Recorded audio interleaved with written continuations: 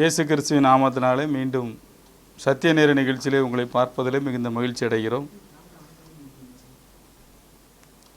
எபிரேய நிருபத்தை நாம் முதல் 13 அதிகாரங்கள் படித்து முடித்து கடந்த வாரத்திலே அதிலே தேவனை பற்றிய குணாதிசயங்கள் சிலவற்றை நாம் பார்த்தோம்.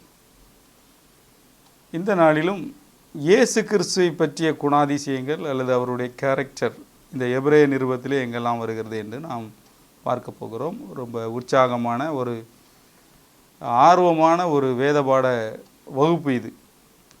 ஏனென்றால் இதை படிக்கும்போது நமக்கு என்ன நடக்கிறது என்றால் திரும்ப திரும்ப இந்த வசனம் உங்கள் மைண்டில் வரணும். 2 பேதுரு 1ஆம் அதிகாரம் முதல் 3 வசனம், அதே போல் யோவான் 17ஆம் அதிகாரம் முதல் 3 வசனத்தில் ஒன்றான மெய் தேவனாகிய உம்மையும் நீர் அனுப்பினவராகிய இயேசு கிறிஸ்துவையும் அறிவது நித்திய ஜீவன். அது மாத்திரமல்ல, பேதுருவிலே பார்க்கிறோம், இந்த ஜீவனுக்கும் தேவ பக்திக்கும் எல்லாவற்றையும் அவரை அறிகிற அறிவு நமக்கு தருகிறது. அப்போ ஆண்டவரை பற்றிய அறிவு நமக்குள்ளே அது நித்திய ஜீவனை அது பிறப்பிக்கிறது. இந்த பூமியிலே நமக்கு ஒரு திட நம்பிக்கையையும் ஒரு விசுவாசத்தையும் அது நமக்குள்ளே உண்டாக்குகிறது. கிருபையிலே நாம் அதை பற்றி கொள்வதற்கு அது பிரயோஜனமாக இருக்கிறது. இந்த எபிரேய நிருபத்தினுடைய கருப்பொருளே அதான், கிருபையை பற்றி கொள்ள கடவோம். கிருபை என்றாலே இயேசு கிறிஸ்து தான். இன்றைக்கி நாம் படிக்கும்போது இந்த இயேசு கிறிஸ்துவை பற்றி நம்முடைய ஆண்டவர் அவருடைய தன்மைகளை நாம் பார்க்கும்போது இந்த எபிரேய ஆக்கியோன் எங்கே ஆரம்பிக்கிறார் என்று பாருங்கள். எபிரேய 2ஆம் அதிகாரம் 10ஆம் வசனத்தை நாம் படிக்கும்போது, ஏனென்றால் தமக்காகவும் தம்மாலேயும் சகலத்தை உண்டாக்கினவர் அநேகம் பிள்ளைகளை மகிமையில் கொண்டு வந்து சேர்க்கையில் அவர்களுடைய ரட்சிப்பின் அதிபதியை, so captain of our salvation, ஆங்கிலத்தில் ரொம்ப அழகாக இருக்கும், ரட்சிப்பின் கேப்டன், ஆண்டவரை பற்றிய இந்த அறிவு அது என்னென்னா, அநேகரை மகிமையிலே கொண்டு சேர்க்கும்படி அவர் ஒரு கேப்டனாக இருக்கிறார். ஆர்மியில் அல்லது கப்பலில் விமானத்தில் இருக்கிற ஒரு கேப்டன் மாதிரி அநேகரை கொண்டு சேர்ப்பதிலே அவர் உண்மையுள்ள ஆண்டவராக இருக்கிறார். பிரியமானவர்களே, நம்ம இயேசு கிறிஸ்துவை எபிரேய ஆக்கியோன் அழகாக அறிமுகப்படுத்துகிறார். கேப்டன், நம்முடைய கேப்டன், அவர் சோர்ந்தே போகக்கூடாது. கேப்டன் எல்லாவற்றையும் முடித்திருக்கிறார் சிலுவையிலே. டன், இதுதான் கிறிஸ்தவத்தினுடைய வார்த்தை, டன். அந்த வார்த்தை எல்லாம் முடிந்தது என்று அறிந்து அவர் வெற்றி பெற்றார். எனவே நாமும் வெற்றி பெற முடியும். அந்த வெற்றியிலிருந்து தான் நாம் ஆரம்பிக்கிறோம். Captain of our salvation, captain of our salvation, ரட்சிப்பின் அதிபதி. எனவே நம்முடைய பாவங்களை மாத்திரமல்ல, பாவ மன்னிப்பு மாத்திரமல்ல, பாவத்திலிருந்து ஒரு மெய்யான விடுதலையை நாம் அனுபவிக்க அழைக்கப்படுகிறோம். ஏனென்றால் இயேசு கிறிஸ்துவாலே கிருபை தான். கிருபையை பற்றி கொள்ளும்போது பாவம் நம்மளை மேற்கொள்ளாது. அடுத்தாப்பில் நம்ம பார்க்குறோம் எபிரேயர் 5ஆம் அதிகாரம் 6வது வசனம். எபிரேயர் 5ஆம் அதிகாரம் 6வது வசனத்தை பார்த்தீங்கன்னா, என்றென்றைக்கும் ஆசாரியராக இருக்கிறீர், மெல்கிசேதேக்கின் முறைமையின்படி என்றென்றைக்கும் ஆசாரியராக இருக்கிறீர். அதே போல் 7ஆம் அதிகாரம் 20ஆம் வசனத்தையும் நம்ம அதில் பார்க்குறோம். 7ஆம் அதிகாரம் 20வது வசனத்தில், நீர் மெல்கிசேதேக்கின் முறைமையின்படி என்றென்றைக்கும் ஆசாரியராக இருக்கிறீர். 6ஆம் அதிகாரம் 20ஆம் வசனத்தில் பார்த்தீங்கன்னா, 6ஆம் அதிகாரம் 20வது வசனம், இந்த ரெண்டையும் சேர்த்து சொல்கிற மாதிரி அதில் வரும். நமக்கு முன்னோடியானவராகிய இயேசு மெல்கிசேதேக்கின் முறைமையின்படி நித்திய பிரதான ஆசாரியராய், நித்திய பிரதான ஆசாரியராய், ஸோ என்றென்றைக்கும் அவர் ஆசாரியராய் இருக்கிறதுனால நம்மளையும் அவர் ஆசாரியராய் மாற்றி வைத்திருக்கிறார். தேவ சமூகத்திலே நாம் நிற்கத்தக்கதாக, ஸோ தேவனுடைய பிரசன்னத்தை ஜனங்களுக்கு கடத்துகிறவர்களாக நம்ம ஒவ்வொருவரையும் அவர் மாற்றி வைத்திருக்கிறார். ஸோ தேவ பிள்ளைகள் அனைவரும் ஆசாரியர்கள். ஏனென்றால் அவர் நித்திய பிரதான ஆசாரியர். எனவே இயேசு கிறிஸ்துவை அவர் ரட்சிப்பின் அதிபதி என்று மாத்திரமல்ல, இட்டர்னல் ஹை பிரைஸ்டாக அவர் ஃபோக்கஸ் பண்ணுகிறார். இதெல்லாம் நமக்கு எப்போதும் மைண்டில் இருக்கணும். அவர் நித்திய பிரதான ஆசாரியர், எனக்காக பிதாவினுடைய வலது பார்சத்திலே நின்று அவர் பரிந்து பேசுகிறார். மறந்துடவே கூடாது. அதே 6ஆம் அதிகாரம் 20ஆம் வசனத்தை நீங்கள் பார்த்தீங்கன்னா, நமக்கு முன்னோடியான, அடுத்தாப்புல சொல்கிறார், அடுத்த கேரக்டர் முன்னோடி. நாம் செய்கிற எல்லாத்தையும் அவர் நமக்காக செய்து முடித்து விட்டார், நம்முடைய முன்னோடி. அதே போல் 7ஆம் அதிகாரம் 25வது வசனத்தில் அடுத்த ஒரு கேரக்டர். இதில் நம்ம கொஞ்சம் நேரம் செலவு பண்ண போகிறோம். மேலும் தமது மூலமாய் தேவனிடத்தில் சேருகிறவர்களுக்காக வேண்டுதல் செய்யும்படி அவர் எப்போதும் உயிரோடு இருக்கிறவராகையால் அவர்களை முற்றுமுடிய ரட்சிக்க வல்லவராயும் இருக்கிறார். ஸோ ரெண்டையுமே சேர்த்தே பார்த்தலாம். எப்போதும் உயிரோடு இருக்கிறவர், முற்றுமுடிய ரட்சிக்க வல்லமை உள்ளவர்.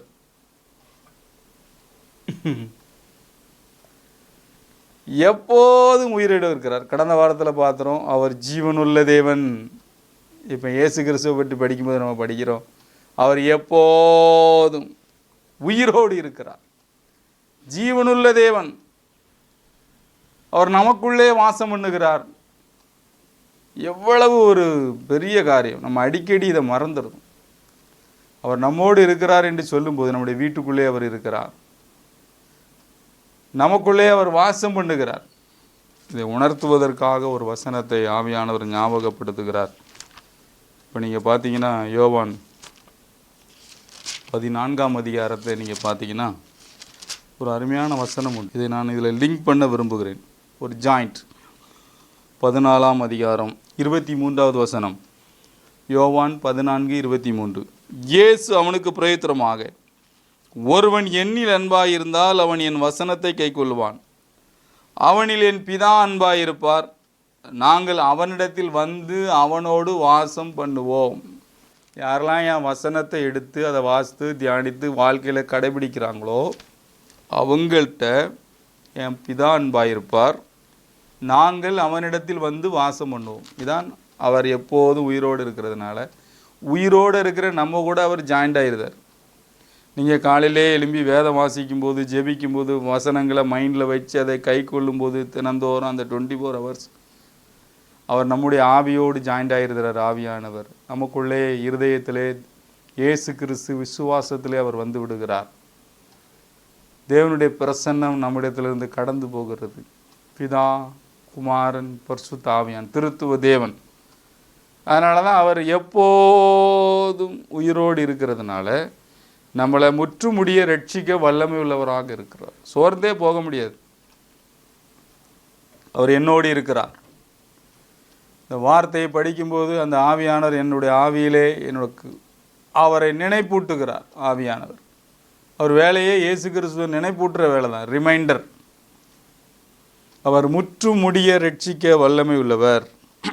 அது மாத்திரமல்ல, அடுத்த வசனத்தில் பார்க்குறோம், 7ஆம் அதிகாரம் 26. எபிரேயர், பரிசுத்தரும் குற்றமற்றவரும் மாசில்லாதவரும் பாவிகளுக்கு விலகினவரும் வானங்களிலும் உயர்ந்தவருமாயிருக்கிற இவ்விதமான பிரதான ஆசாரியரே நமக்கு ஏற்றவராயிருக்கிறார்.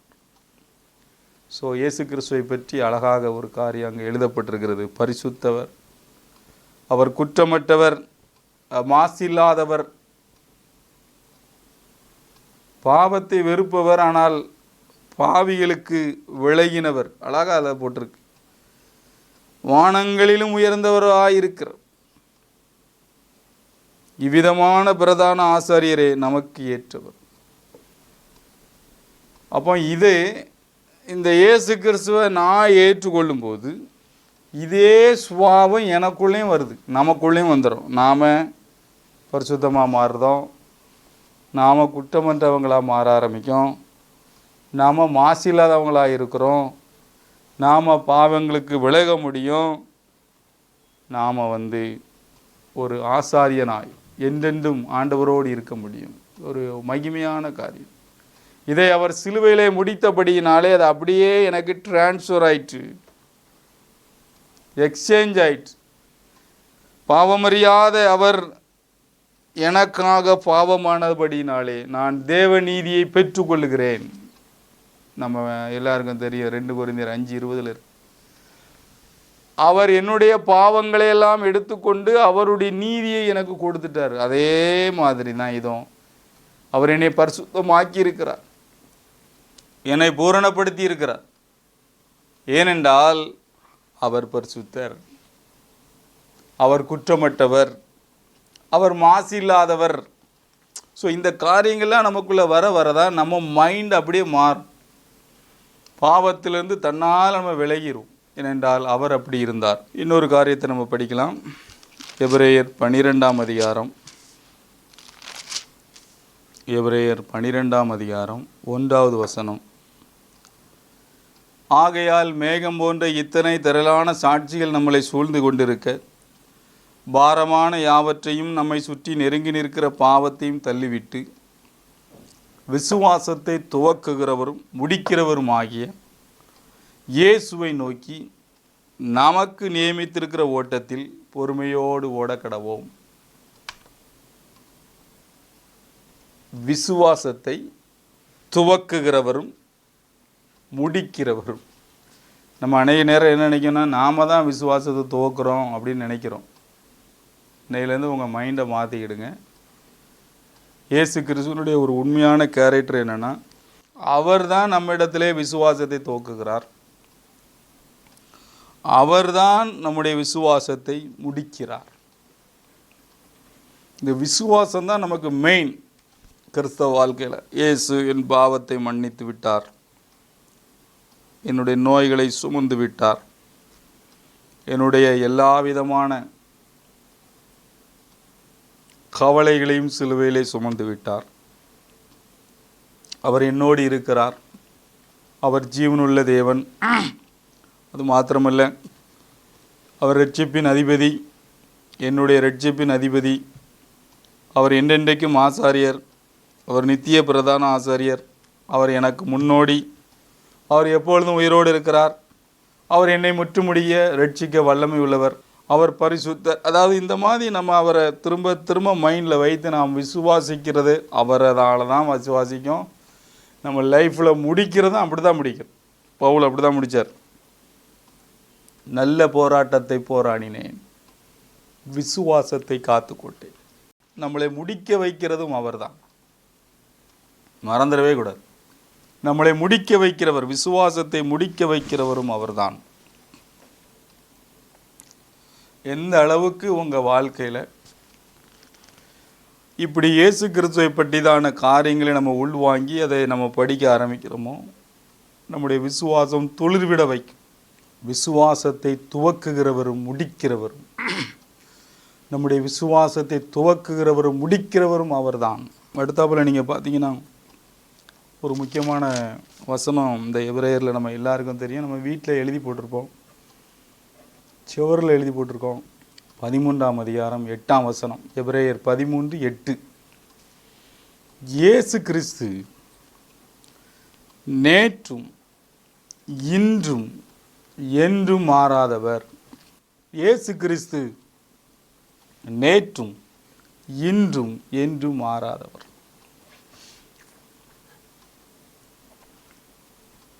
நீங்கள் என்னைக்காவது இதை திங்க் பண்ணி பார்த்துருக்கீங்களா? அவர் மாறாதவர். போன வாரம் படித்தோம், தேவன் மாறாதவர். இந்த வாரம் படிக்கிறோம், இயேசு கிறிஸ்து மாறாதவர். அவர் நேற்றும் என்றும் என்றும் மாறாதவர். இதை எப்படி நம்ம வாழ்க்கையில் அப்ளை பண்ணுறது? காற்றடிக்கிறது, புயல் அடிக்கிறது, இறையாதே அமைதலாயிரு, அந்த தேவன் இன்றும் இருக்கிறார். அதே இயேசு கிறிஸ்து நம்மோடு இருக்கிறார். நம்முடைய வாழ்க்கையிலே பிரச்சனை வரும்போது அவர் உங்களுக்குள்ளே இருக்கிறார். நீங்கள் சொல்லணும், இறையாதே. அது இறையாது. அவர் மாறாதவர். அவர் எனக்குள்ளே வாசம் பண்ணுகிறார், எனக்குள்ளே இருந்து கிரியை நடப்பிக்கிறார். அந்த விசுவாசத்தை அவர் தான் அங்கே துவக்கி முடிக்கிறார். அதே போல ஒரு 100க்கு அதிபதி வேலைக்காரன்ட்டு சொல்கிறான், சொல்கிறான், உம்முடைய வார்த்தையின்படி நான் நம்பி போகிறேன். வேலைக்காரன் பிழைச்சிட்டு எல்லாத்துலேயும் நீங்கள் பார்த்தீங்க அப்படின்னா அவர் அப்படியே நம்பி அவர் மாறாதவர். நேற்று எப்படி இருந்தாரோ அப்படி தான் இன்றைக்கும் நாளைக்கும் அப்படி தான். அதனால தான் நீங்கள் மத்தேயு, மார்க்கு, லூக்கா, யோவான் திரும்ப திரும்ப படிக்கணும். அவர் என்ன செஞ்சார், என்ன செஞ்சார், வாட் வுட் ஜீசஸ் டூ. நீங்கள் படிக்க படிக்க படிக்க படிக்க நீங்கள் பார்த்தீங்கன்னா உங்கள் லைஃப்பில் வந்து அது ஒரு பெரிய மாற்றத்தை உண்டாக்கிடும். ஸோ நான் ஒரு நாள் அதை படித்தேன், என் வாழ்க்கை சேஞ்ச் ஆகிட்டு. ஏன்னா சுவிசேஷத்தில் பார்த்தீங்கன்னா மத்தேயு, மார்க்கு, லூக்கா எல்லாம் எண்ணி பார்த்தீங்கன்னா ஒரு 19 இடத்துல வரும். அவர் எல்லாரையும் குணமாக்கினார். அப்போ அவர் நேற்றும் இன்றும் என்றும் மாறாது. இன்றைக்கும் அதை செய்ய வல்லமையுள்ளவர் இருக்கிறார். நம்ம ஏன் அதை விசுவாசிக்கிறது இல்லை? இன்றைக்கி அந்த விசுவாசத்தை ஆண்டவர் நமக்கு தருகிறார். உதாரணத்துக்கு நீங்கள் பார்த்தீங்கன்னா இப்போ 5, 6, 7 மலைப்பிரசனம் முடிஞ்ச உடனே என்ன நடக்குன்னு பாருங்களேன்.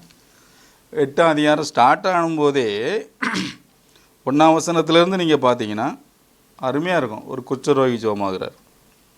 அடுத்தாப்புல 8ஆம் வசனத்தில் 100க்கு அதிபதி சுகமாகிறார். அதுக்கு பிறகு நீங்கள் பார்த்தீங்கன்னா 14ஆம் வசனத்தில் பேதுரு மாமியார் சுகமாகிறது இருக்குது. அதுக்கு பிறகு நீங்கள் பார்த்தீங்கன்னா காற்றும் கடலையும் அசட்டுறது 23ஆம் வசனத்தில் இருக்குது.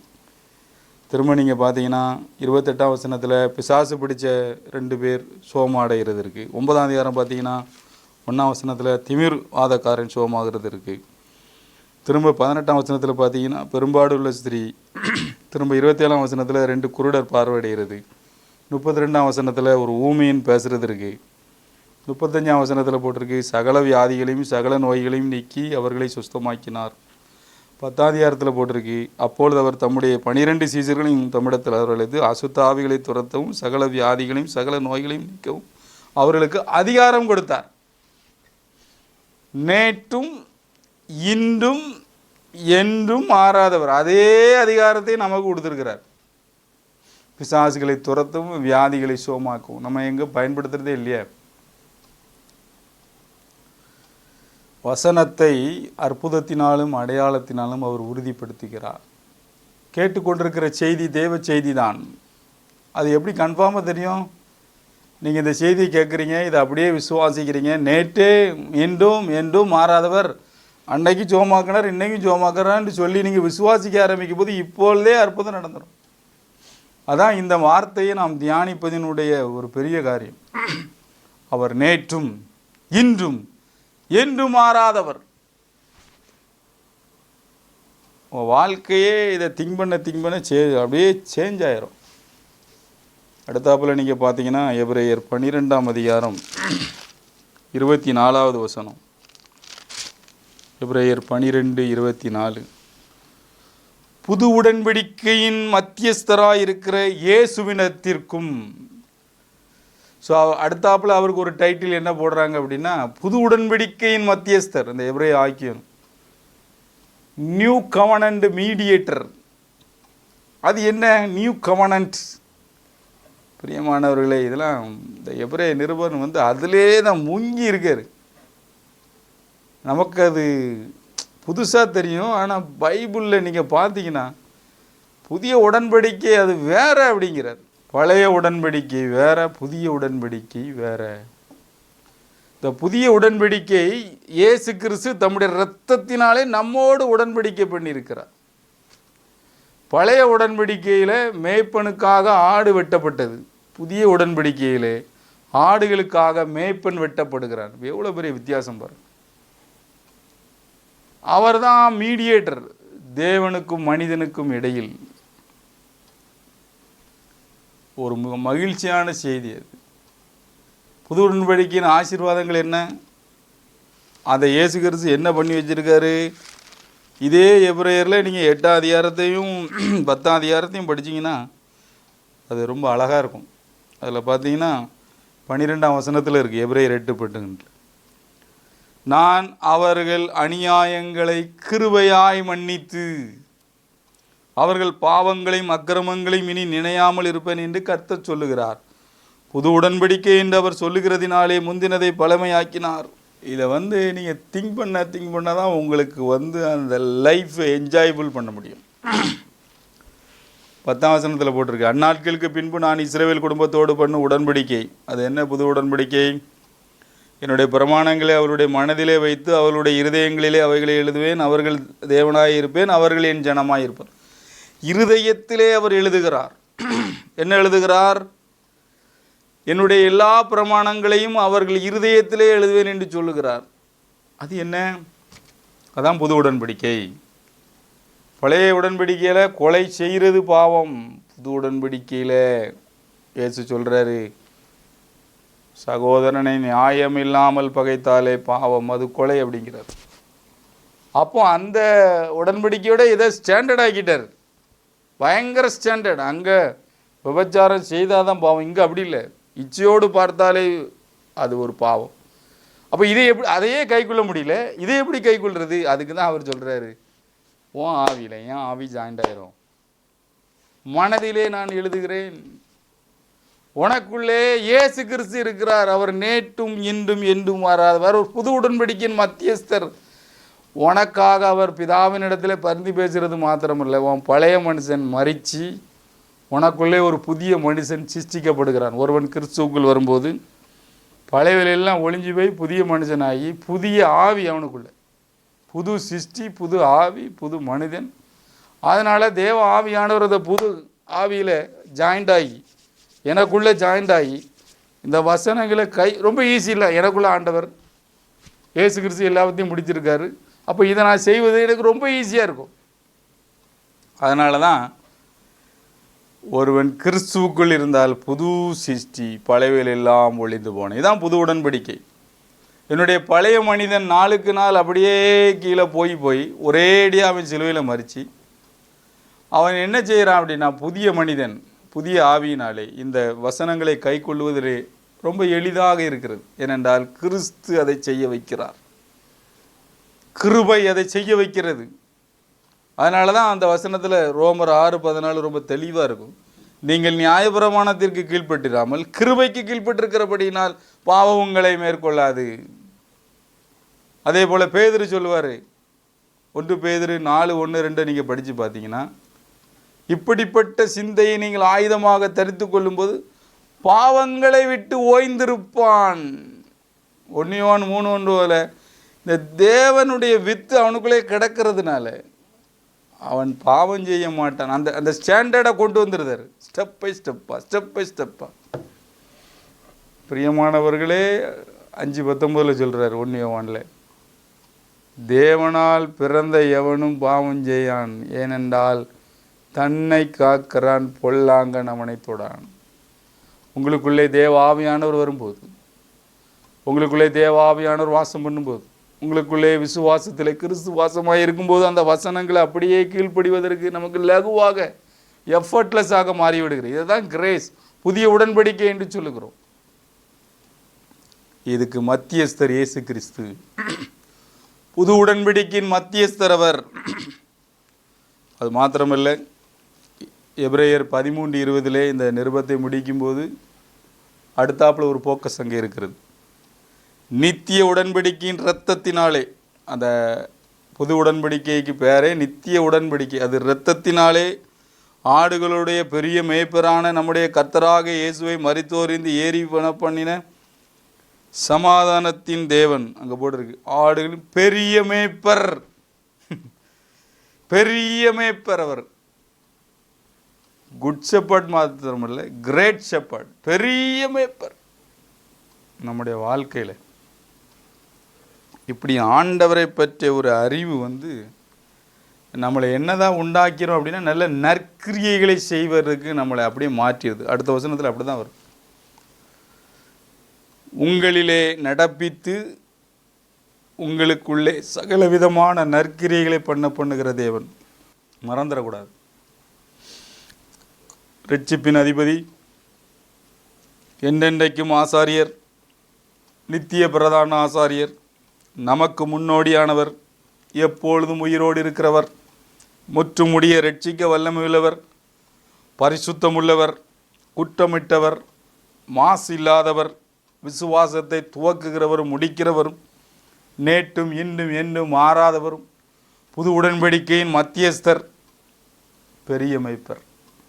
பிரியமானவர்களே, உங்கள் வாழ்க்கையில் இப்படி ஆண்டவரை குறித்த ஒரு அறிவு, ஒன்றான மெய் தேவனாகிய உம்மையும் நீர் அனுப்பினவராகிய இயேசு கிறிஸ்துவை அறிகிற அறிவு தான் நித்திய ஜீவன்.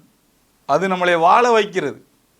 இந்த உலகத்திற்கு மாத்திரமல்ல, மறுமைக்கும் நம்மளை வாழ வைக்கிறது.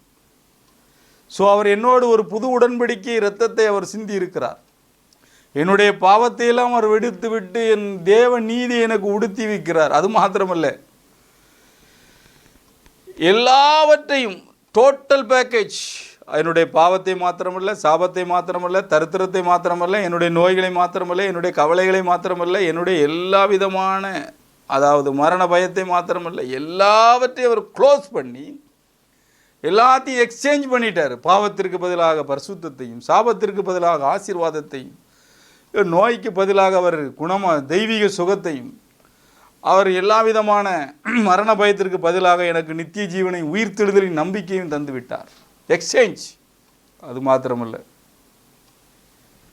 அவர் பூமியில் எப்படிலாம் வேலை செஞ்சாரோ அதே மாதிரி என்னையும் அவர் செயலாற்ற வைக்கிறார். 1 யோவான் 1:17, 4:17 இருக்கு. 1 யோவான் 4:17. ஏனெனில் அவர் இருக்கிற வண்ணமாகவே நாம் இந்த பூமியில் இருக்கிறோம். தலை சாய்த்து அவர் ஜீவனை விட்ட போது தலை செஞ்சு முடிச்சுட்டு அவர் வல்லமை எல்லாத்தையும் இந்த சரீரமாகிய சபைக்கு எனக்கு கொடுத்துட்டு போயிட்டார். சபையே விழித்தெழு, ஏனென்றால் அவர் என்னெல்லாம் இந்த பூமியில் செஞ்சாரோ அதை அவ்வளத்தையும் செய்ய அவ்வளவு வல்லமையும் நமக்கு தந்துட்டு போயிருக்கார்.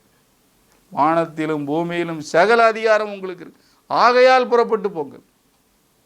பிரியமானவர்களே, விசுவாசிக்கிறவர்களால் நடக்கும் அடையாளங்கள், கை வைப்பார்கள், சுகமாவார்கள், ஒன்றும் அவர்களை சேதப்படுத்தாது. இதுக்கு மேலே என்ன வேணும்? இப்படி அவர் நம்மளை மாற்றி வைத்திருக்கிறார். இந்த கிருபையை நாம் பற்றி கொள்ள கடவோம். இப்படி ஆண்டவரை அறிவு நம்மளை விருத்தி அடைகிறது மாத்திரமல்ல, இந்த பூமியிலே இயேசுவை போலவே நம்மளை செயலாற்ற வைக்கிறது. நாம் எல்லாரையும் ஆண்டவர் அப்படி மாற்றிவிட்டார். இந்த நாளிலும் தலைகளை தாழ்த்தி நாம் ஜெபிப்போம். அன்புள்ள ஆண்டவரே, எபிரேய நிருபத்திலே இயேசு கிறிஸ்துவனுடைய எல்லா குணாதிசயங்களையும் பார்த்து கொண்டே இருக்கிறோம். இயேசுவை போலவே நாங்கள் இந்த பூமியிலே இருக்கிறோம் என்பதை இந்த நாளில் உணர வைத்தீர். அதற்காக நன்றி. தொடர்ந்து அவருக்காக நாங்கள் செயலாற்றி இந்த நாமத்தை மகிமைப்படுத்த எங்களுக்கு உதவி செய்கிறீர். நன்றி. எல்லா கணத்தையும் மகிமையுமக்கே செலுத்துகிறோம். இயேசு கிறிஸ்து மூலம் வேண்டுகிறோம் நல்ல பிதாவே. ஆமேன்.